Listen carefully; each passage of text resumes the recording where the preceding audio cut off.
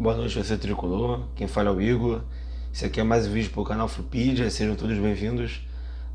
Então, eu primeiro tô com a voz meio rouca por causa do jogo de ontem, né? Assisti com os amigos, então você acaba cantando, acaba tendo aquela extravasando, né? Com o jogo e acaba comemorando, né, cara? Principalmente a vitória, que foi muito boa. A gente já vinha conversando nos últimos vídeos que dava para ganhar, dava para fazer a classificação lá. Obviamente o jogo ainda não foi decidido, a classificação não foi decidida, né? A classificatória, mas foi um resultado muito bom, principalmente porque o placar ficou zerado no sentido de gols sofridos, né? E o time inteiro se comportou muito bem. Eu também vinha falando lá atrás que o que mais estava criando uma desesperança na torcida era o fato de o time não mostrar o empenho para ganhar um jogo, né? Depois do jogo contra o River Plate e também o jogo contra o Bragantino, no primeiro jogo da Copa do Brasil, o Fluminense não teve mais aquele ímpeto de vencer o jogo desde o início. Ele ficou um pouco perdido. E do jogo do Atlético Paranaense para cá, esse outro jogo contra o Flamengo, né? O Atlético Paranaense, Ceará, Sport e ontem, o Fluminense entrou em campo mostrando para que veio. Óbvio, né? Quando o Atlético Paranaense não venceu os outros jogos, o Fluminense ganhou 3 partidas e empatou uma. Mas ficou muito claro que o Fluminense queria vencer desde o início. E também no vídeo que eu gravei anteontem, ficou bem claro que algumas coisas que eu estava propondo no vídeo que poderia acontecer, aconteceram. Primeira coisa, Cerro Porteño sentindo muito o ritmo de jogo, era natural, porque o time ficou 1 mês e meio, quase 2 meses, sem atuar. Outra coisa que contou bastante também foi o desfalque, sim, mas o Fluminense também tinha 3 desfalques, né, que era o Martinelli, o Fred e o Nino. Então isso não iria fazer tanto efeito, né, já que tínhamos desfalques também. E quanto às questões de preocupação, porque eu falei, cara, o time do Cerro é um dos times mais frágeis dos times que a gente poderia pegar. Até fazer uma pontuação boa para quem terminou em segundo colocado no grupo dele, mas era um grupo teoricamente fraco, né? Bem mais fraco que o nosso. Mas o Cerro Porteño é um time muito previsível e joga principalmente em cima do Bozelli, que é um atacante já mais experiente, rodado no futebol, e que o Fluminense tinha que tomar cuidado. Isso ficou um pouco claro, tinha dito isso. E as melhores chances que o Cerro teve ontem foi com o Bozelli, né? Mas o time do Fluminense foi uma partida muito boa. Até os 30 minutos, né, do primeiro tempo, a partida foi teoricamente perfeita, exceto faltando gol.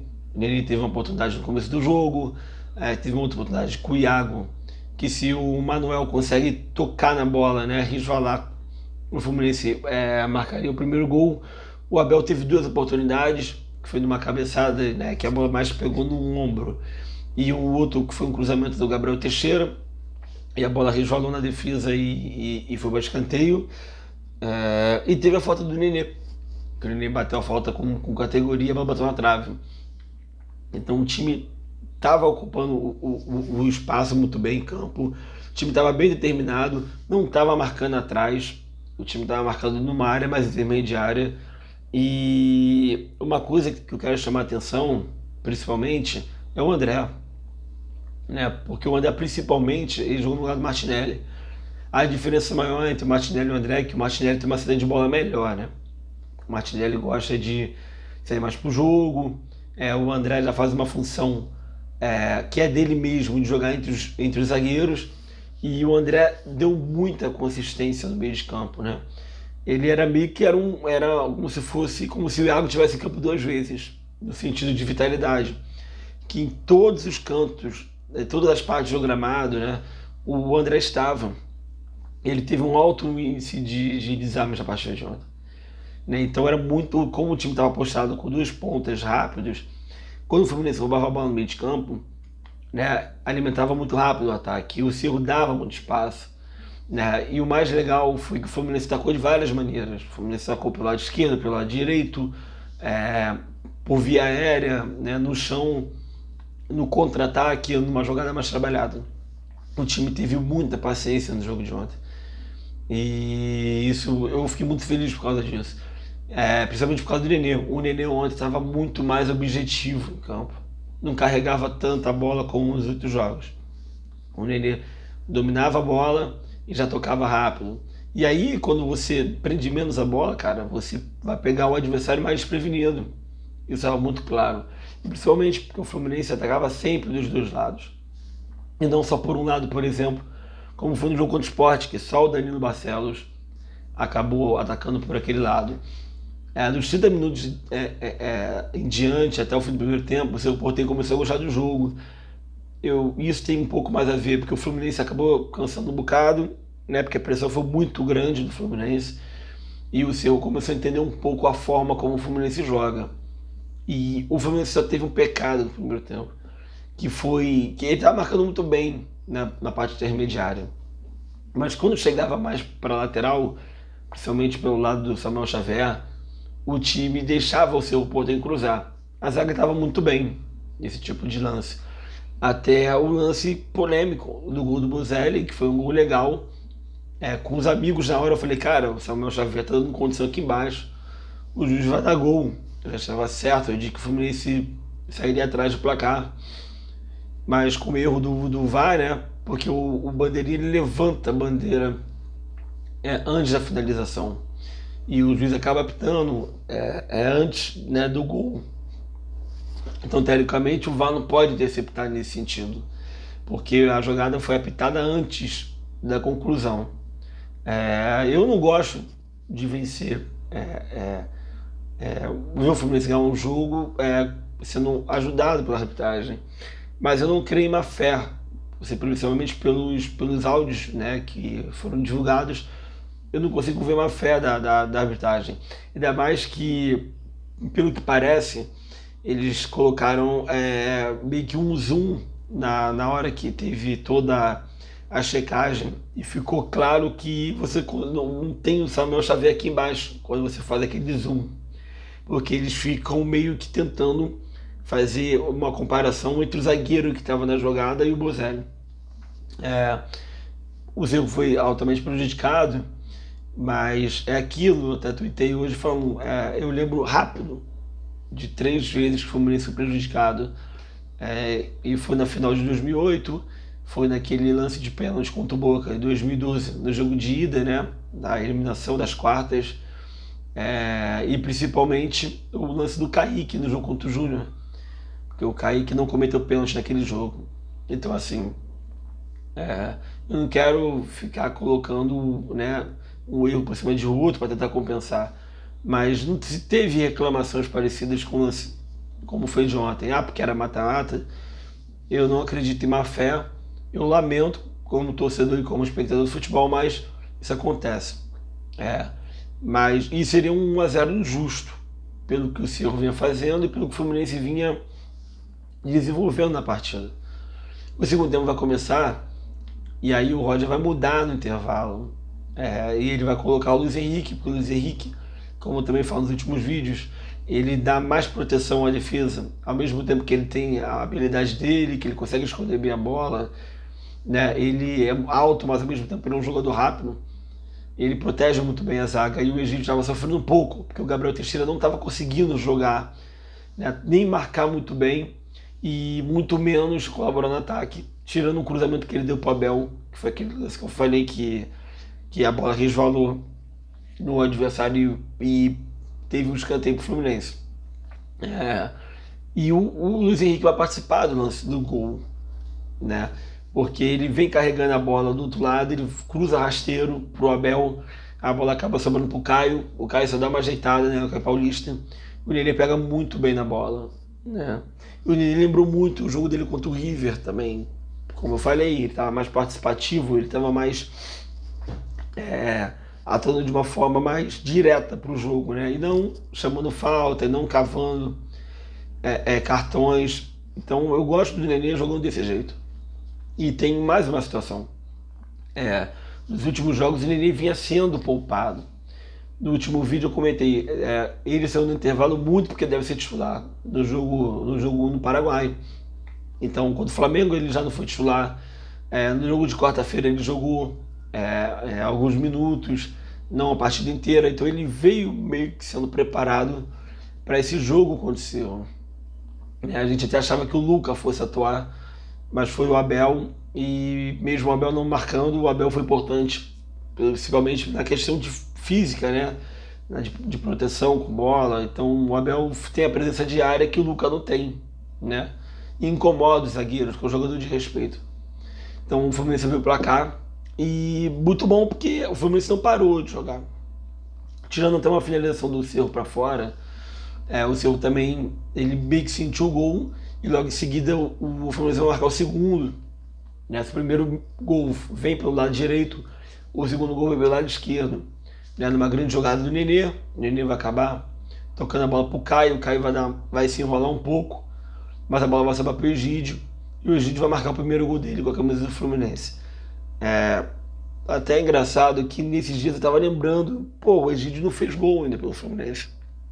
Né, dos laterais que o Fluminense tem ativo, o Danilo Barcelos já fez contra o Ceará ano passado, o Julião fez contra o Flamengo agora recentemente, né, mas o Calegari, o Samuel e o Egídio não tinham marcado gol.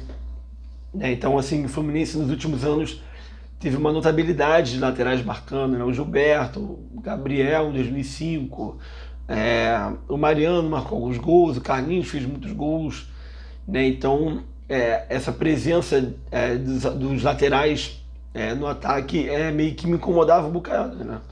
Mesmo que o Egídio participe muito dos gols, que ele é um ótimo assistente, né?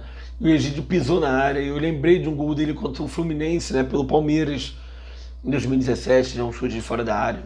Então eu falei, esse Egídio, eu vim lembrando muito disso. E foi bem legal ver o Egídio marcar esse gol, né?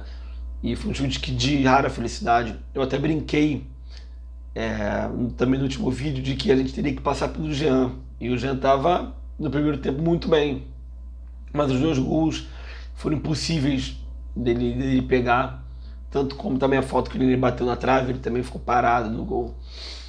E o Fluminense começou a jogar, né, começou a ter substituições, o Kaique entrou, o Casares entrou, o Luque entrou. E o Abel teve até mais uma oportunidade de uma jogada aérea que ele cabeceou, a bola passou raspando na trave. O Casares, mais uma vez, teve uma chance de cabeça e quase marcou. Também é engraçado, porque o Casares está tendo mais presença de área. Ele já marcou de cabeça contra o Corinthians. Então ontem ele quase marcou mais um. Né? E ele é um jogador pequeno. Eu não sei se isso é um pedido do Roger ou se ele mesmo está querendo entrar na área. Mas é também bem legal, porque é mais uma opção para o time, né? E teve o lance final, que foi o chute do Luca, né? Numa jogada aqui pelo lado esquerdo, e que incrivelmente ele perdeu. Né? O gol vai fazer falta? A gente não sabe como vai ser o jogo no Rio, né? Quando ele teve que marcar, ele marcou no final de semana, ajudando a virada. Eu espero que a cota não tenha acabado no sábado. Mas é um gol que você não pode perder. Você não pode perder de jeito nenhum. E ele isola a bola vai pra fora. Um 3-0 então seria um placar assim estupendo pro Fluminense. Não teria nem o que falar quanto a isso, né? Mas 2-0 já é muito bom, é um resultado que dá ânimo pro Fluminense, porque o Fluminense vem com uma campanha muito boa fora de casa, o time performa melhor fora de casa, já tem terceira vitória em 4 jogos.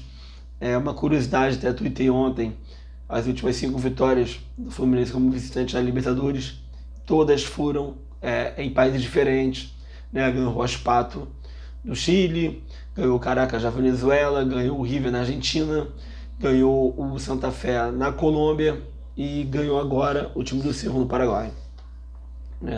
Isso também é muito legal. O Fluminense tem 14 vitórias como visitante na história da Libertadores e 17 como mandante.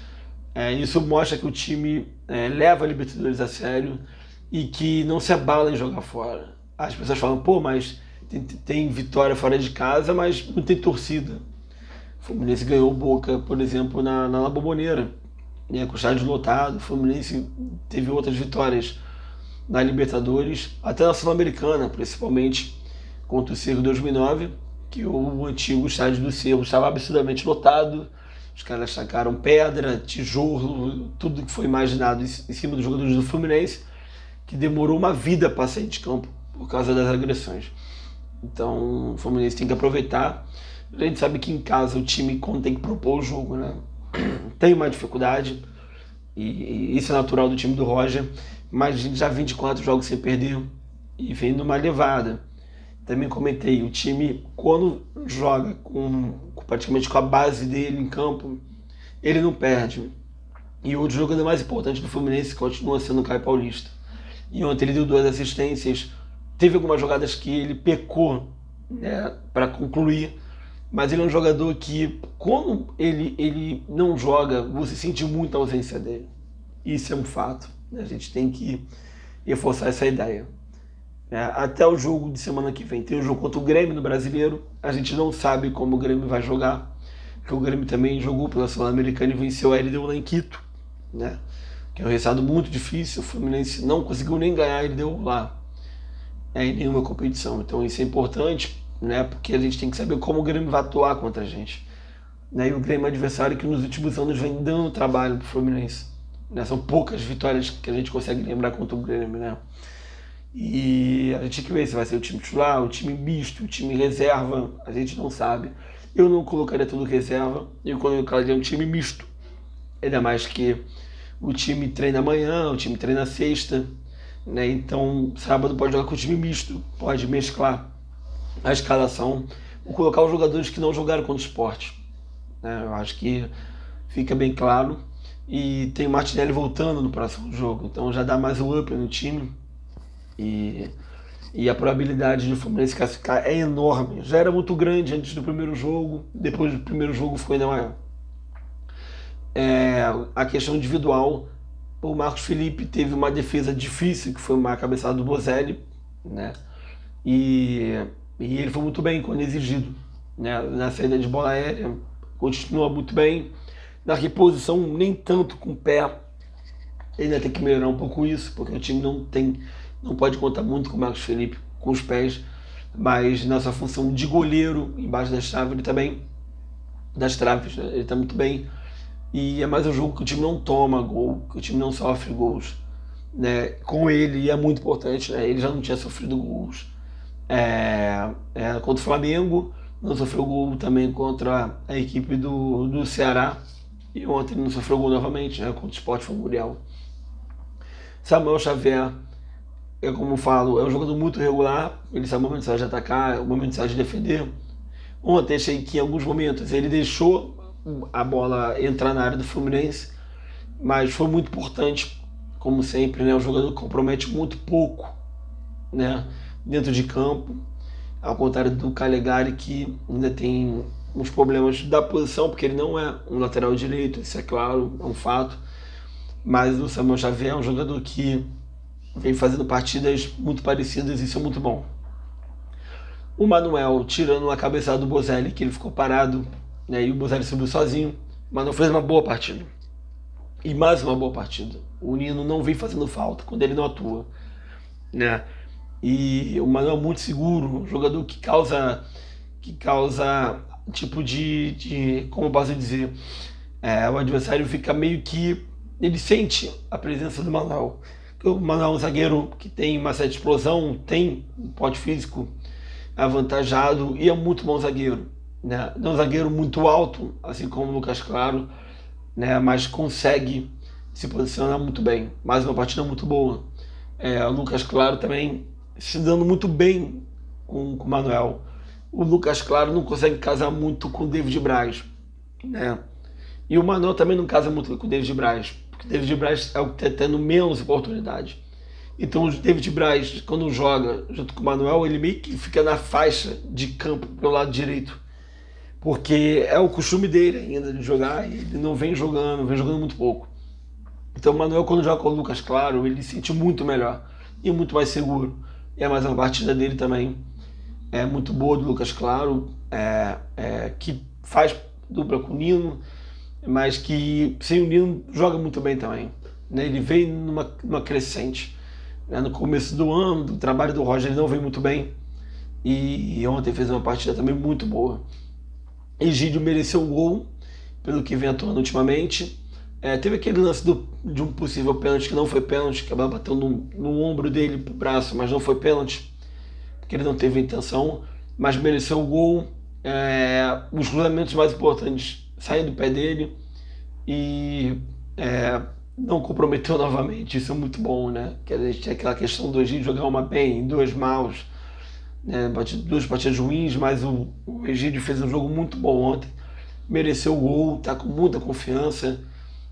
E na mesclagem do time entre os novos e os jogadores mais experientes, ele vem saindo muito bem. Quanto ao André, partidaça do André, primeiro jogo dele de Libertadores como titular, é uma partida muito boa, muitos desarmes, ajudando o time na saída de bola com muita confiança, né, com a bola no pé. Eu falei também no Twitter, quando eu não estava gravando os vídeos, que o André em breve vai ser titular, a gente não sabe no lugar de quem, eu já dei lá atrás também.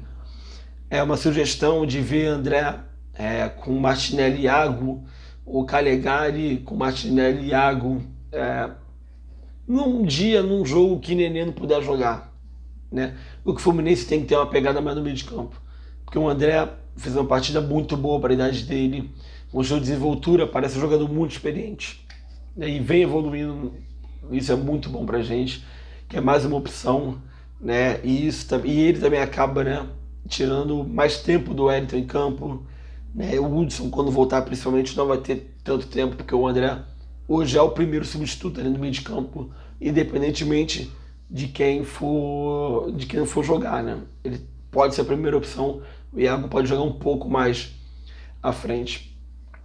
E o Iago também fez uma partida muito boa, também está com excesso de confiança, está lá no alto, né? Passes de trivela, até ele tentou uma finalização de novo com a parte de fora do pé, deu um balão em dois adversários também, né? Foi uma jogada muito bonita e é muito líder. Ele parece que joga no Fluminense desde a base. É um jogador que veste a camisa do Fluminense, você sente o Iago vestindo a camisa do Fluminense. E é um jogador daquele jogador que, nossa, caraca, que craque de bola, mas é um jogador que está sempre no nível muito alto, né? E é um jogador de confiança do Roger e da torcida, está muito bem, só evoluindo. O Nenê fez o gol mais uma vez, foi importante, a bola parada muito afiada, fazendo o time sair jogando mais rápido, sendo muito mais direto, muito mais focado no gol. E isso é muito importante. O segundo gol também saiu com uma jogada que começou com ele. E hoje ele não sai do time. É difícil, mas ele não sai do time. Eu principalmente reclamo muito, mas é principalmente do tempo que ele vinha tendo com o Roger. O Roger vinha desgastando o Nenê, e desgastando o Nenê, desgasta o elenco, desgasta o time, e o time não rende. Que o Nenê é um jogador que pode dar muito pro Fluminense, mas quando estiver descansado, a gente conhece o Nenê, a gente sabe que o Nenê gosta de jogar, sabe que o Nenê tem uma preparação física invejável, com poucas lesões na carreira. Mas o Nenê precisa ter o tempo dele também, precisa entender que ele tem a idade dele, que ele precisa jogar um tempo cada jogo, né? Ele precisa entender isso também. E a torcida ontem aplaudiu o Nenê, entendeu, viu o Nenê como um jogador importante sem o Fred, e isso é muito bom pra gente também. Ele nunca foi descartável. Eu só acho que o Nenê precisa ter o tempo dele pro time, e o time precisa ter uma outra variação, como teve ontem. O Fluminense teve várias estratégias de jogo. O Fluminense soube o momento certo de matar o jogo. Então é isso que eu tô falando, né? E o Nenê dá de parabéns, foi um dos grandes jogos dele pelo Fluminense. Caio Paulista é muito importante, porque deu trabalho para a parte esquerda da defesa do Cerro. Em alguns momentos errou na decisão, mas deu 2 assistências, né? E como eu falei anteriormente, o jogador mais importante atual do Fluminense é um jogador que faz falta, que a gente nota a ausência dele quando ele não participa das partidas, e tá com confiança lá no alto. Como eu falei, tem que aproveitar a vibe, porque ele tá muito bem. O Gabriel Teixeira nem tanto. O Gabriel Teixeira na Libertadores, né, ele como titular ele jogou contra o River, né? Foi um dos jogadores que entraram como titular naquela mudança drástica do Roger após perder o Carioca para o Flamengo.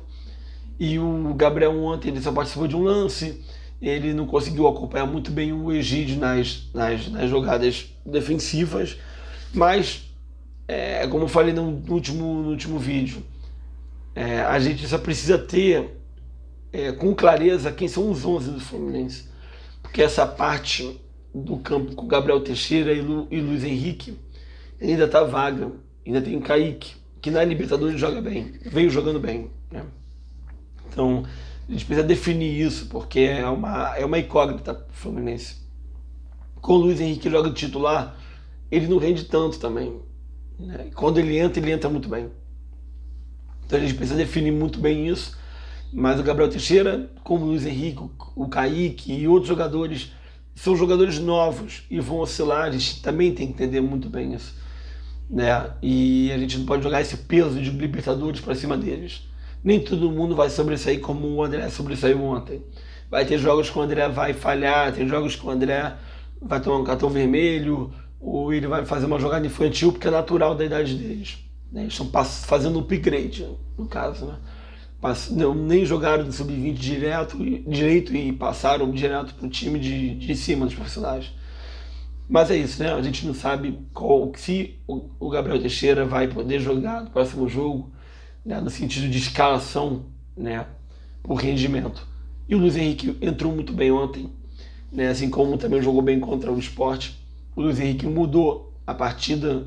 O Roger, antigamente, ele mudava o time mudava de postura, o time caía muito quando os jogadores entravam, e agora é o contrário, o Roger está sendo mais cirúrgico nas substituições, né, e o Luiz Henrique entrou muito bem, participando no gol, infernizando também o lado esquerdo do Cerro, que é um lado que o Fluminense tem que focar muito no jogo de volta, né, porque o Cerro vai ter que vir para cima e o Fluminense tem peças de velocidade, né, principalmente sem o Fred, né, porque entrou o Abel no lugar dele. O Abel visivelmente não estava com o ritmo de jogo apurado, mas teve oportunidades, e é um jogador muito importante, como falei anteriormente. Não marcou o gol dele, mas tem a presença diária. É um jogador que pode decidir algum momento do jogo, né, se tiver uma chance clara, né? E é um bom batedor de pênalti, é sempre bom ter em campo.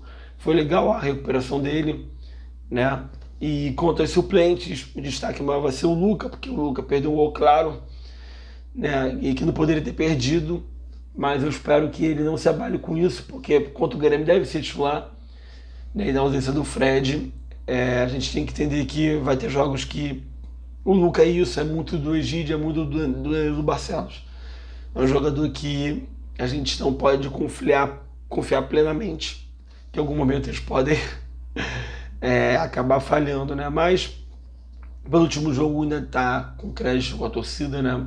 E a gente tem que entender que a gente tem que apoiar, porque ninguém perde um gol desse de sacanagem. Perdeu porque teve um excesso de confiança no chute, acabou pegando errado e a bola subiu. Kaique teve pouco tempo para mostrar alguma coisa, Casares quase marcou um gol, o Wellington também entrou e mostrou muito pouco, também ia ser difícil.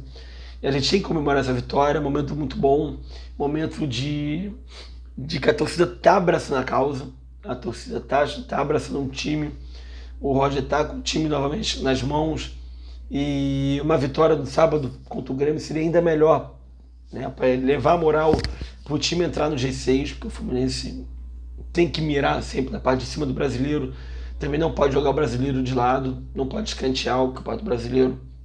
Então a gente não sabe como o time vai ser montado no sábado. Torcer por uma vitória, aí independente da atuação, porque pode ser um time mesclado, time reserva, o importante vai se ganhar.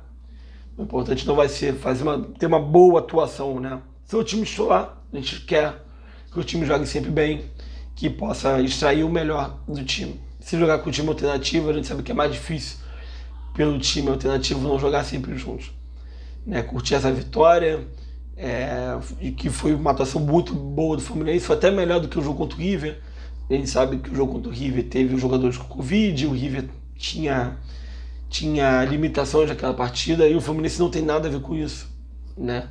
E a gente tem que aproveitar. É isso aí, gente. Até o próximo vídeo. Saudações colores.